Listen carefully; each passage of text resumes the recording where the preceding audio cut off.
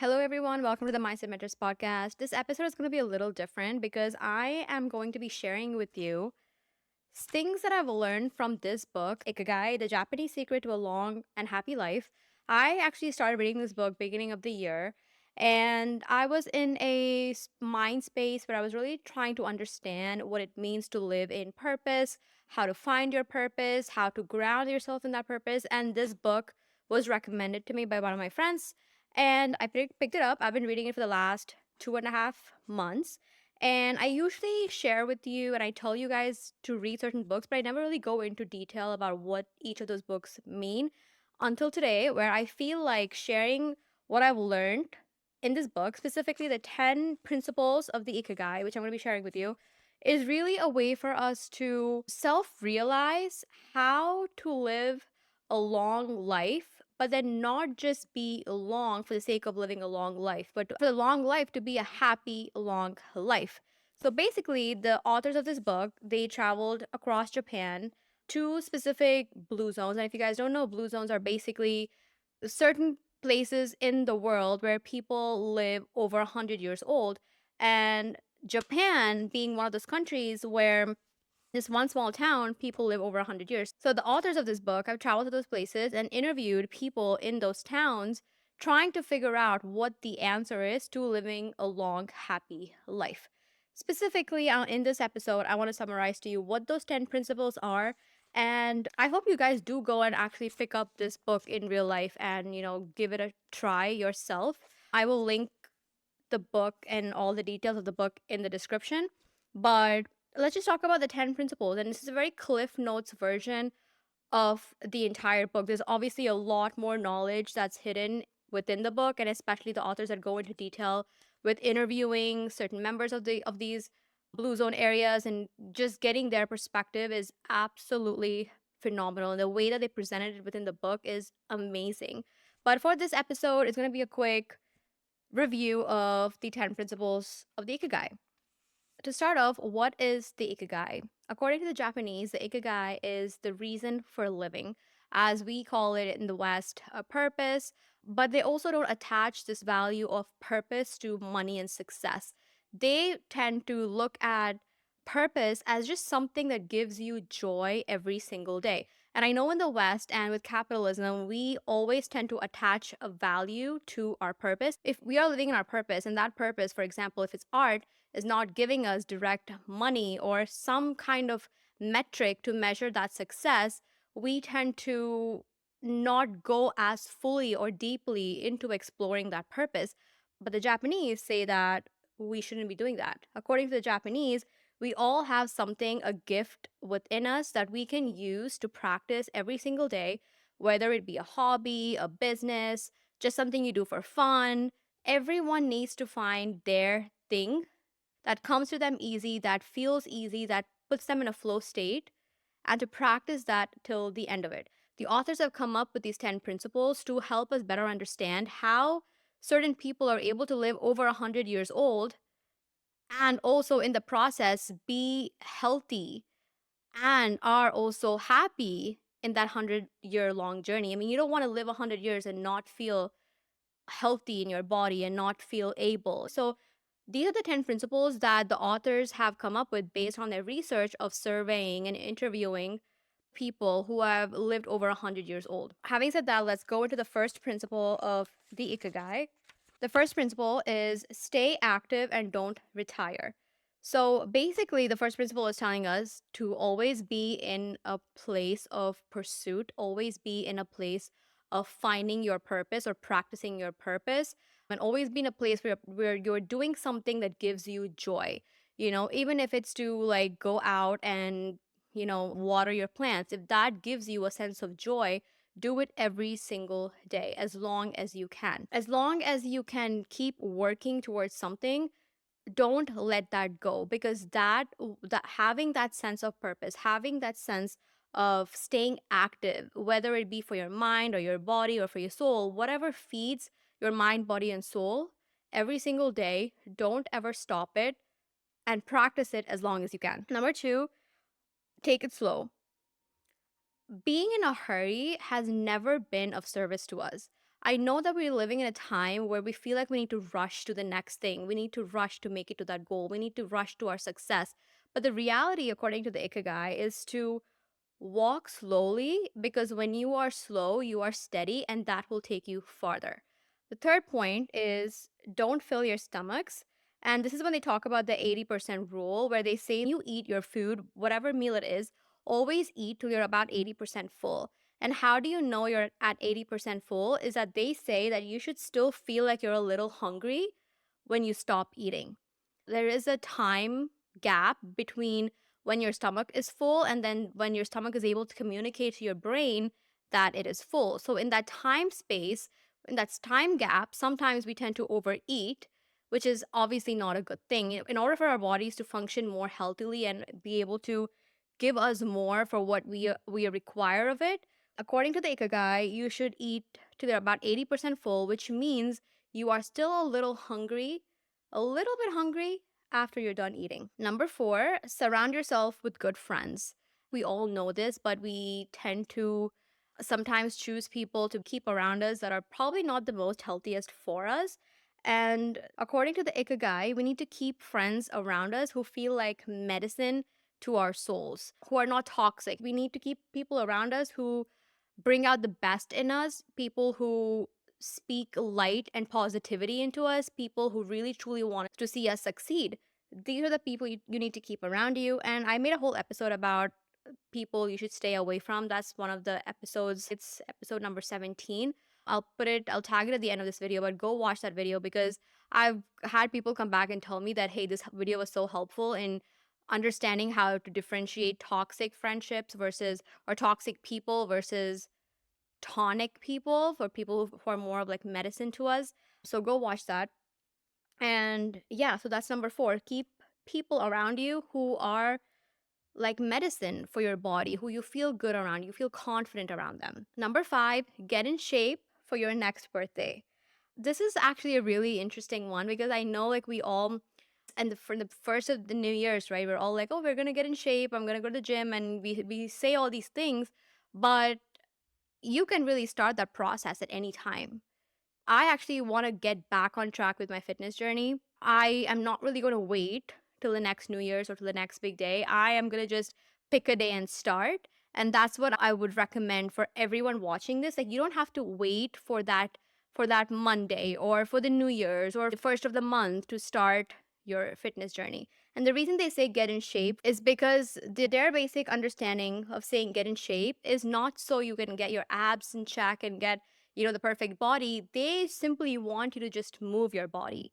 Move your body for at least 20 minutes a day, because when you move your body, there's water within your body that flows through your body better, your blood flow gets better, and your muscles are just not very stagnant, which is good overall. In order for our minds to function well, our physical body has to be in check.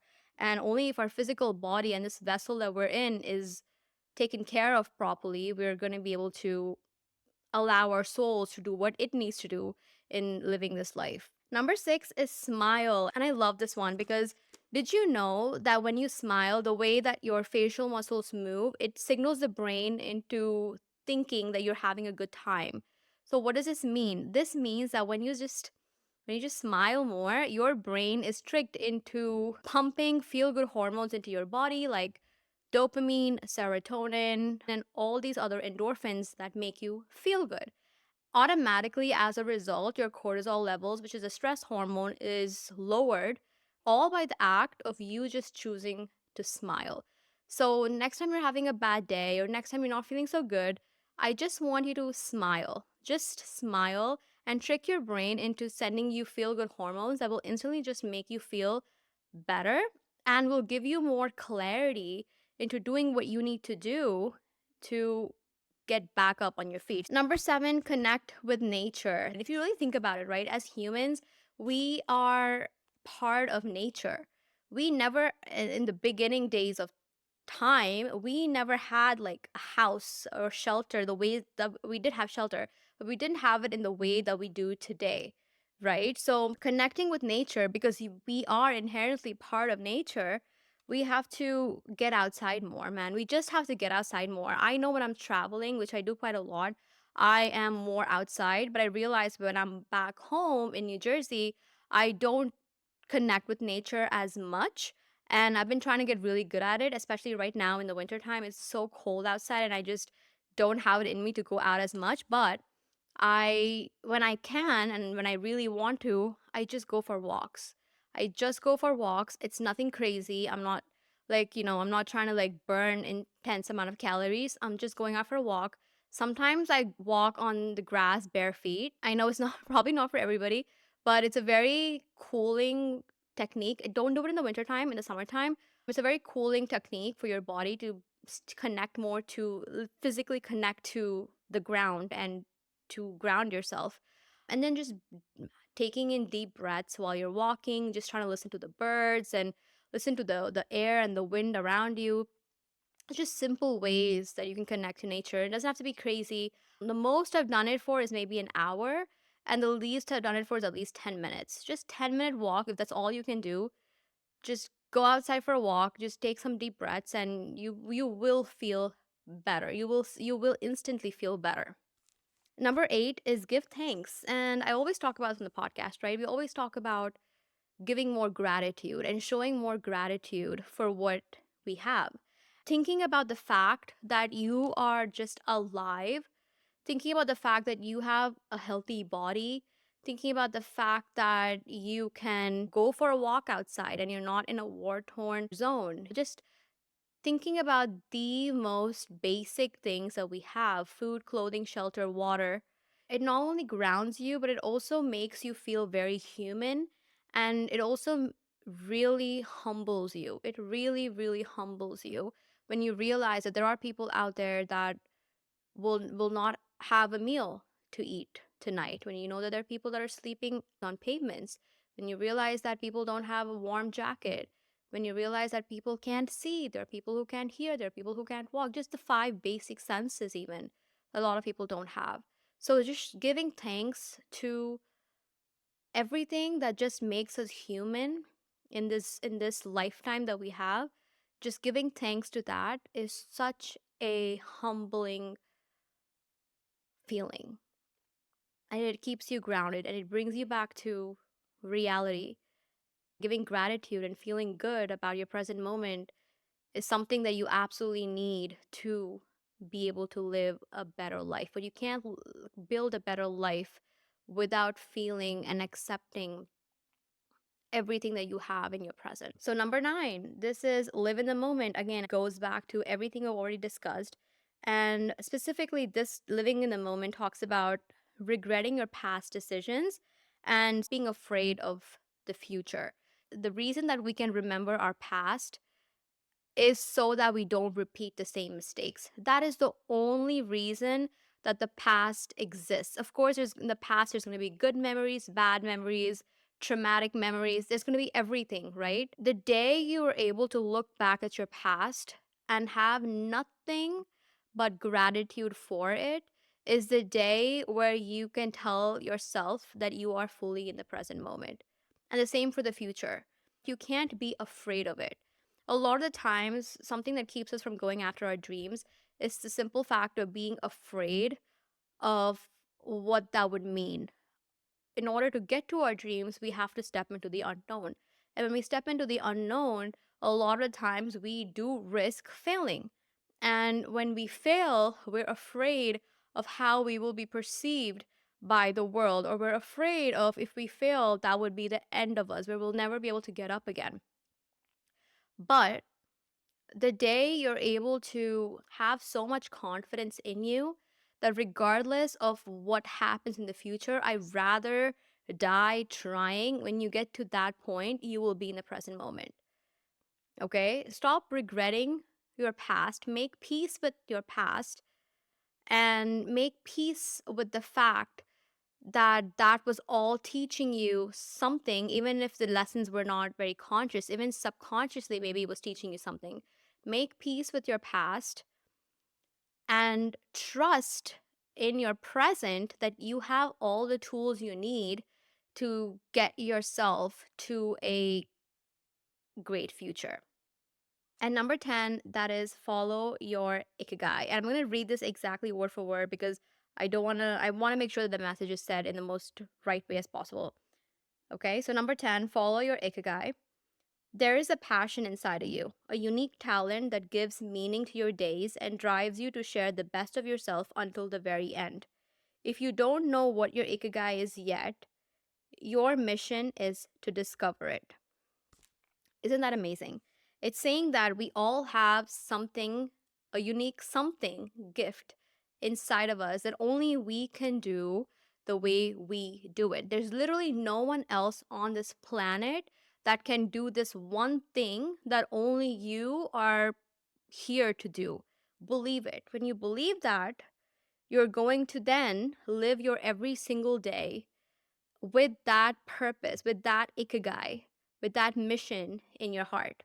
And if you don't know what that is yet, it says dedicate your life to finding that ikigai. I mean, how beautiful is that? This book, honestly, is just such a beautiful representation of how we can choose to live our lives. Even if you don't want to live 100 years, even if I'm living, let's say, 70 years, if I'm lucky enough to live 70 years, I want to live my life by these principles because I want to live a happy life. I want to live a life that's peaceful. I want to live a life that's not consumed with stress and worry. And that doesn't mean you're not going to have bad days. Of course, you're going to have bad days, but following these principles, you can transmute those bad days and you can work around those bad days. And end of the day, the people who are really successful, the people who really make it in life, they are people who have fallen 100 times but get back up again and again and again for the pure purpose to follow their ikigai. And when you're in your ikigai, it's the reason for you to keep going and keep living and keep giving the world your best. With that, thank you for tuning in. I hope you were able to get something out of this episode. I know it was just a very quick episode. I do highly recommend you go pick it up yourself and read the whole thing. It's a very easy read. It's nothing crazy. And I'm not being sponsored to say this. I'm truly genuinely saying it because I read this book and I think it's very valuable to know what's in this book. And as always, if you like this episode, subscribe, like, and comment on this video. Let me know what you think. Let me know if there's any other books that you think I should read. I'm definitely always looking for a great book. Another thing that I want to say is when I was younger, I was never really into reading books. And then I realized later on that the reason that was because I never found my genre of books. So I now have this belief that we all like reading. It's just that we have to find the genre that we enjoy reading. And reading is a dying practice, which is sad. And, more people should read. And anything that takes me away from scrolling on my phone endlessly and just brain rotting, picking up habits like reading, it's something that we really need to take ownership of to protect our mental health and to just give our brain the food it needs, you know? So thank you again. If you want to come with me to Peru, registration closes on March 15th, but I know this is the absolute closing date. I cannot keep the window open for registrations even longer. But if you like to travel, you want to come connect with like-minded travelers, that is also linked in the description. Having said that, thank you guys, and I'll see you next week with another fun episode. Bye.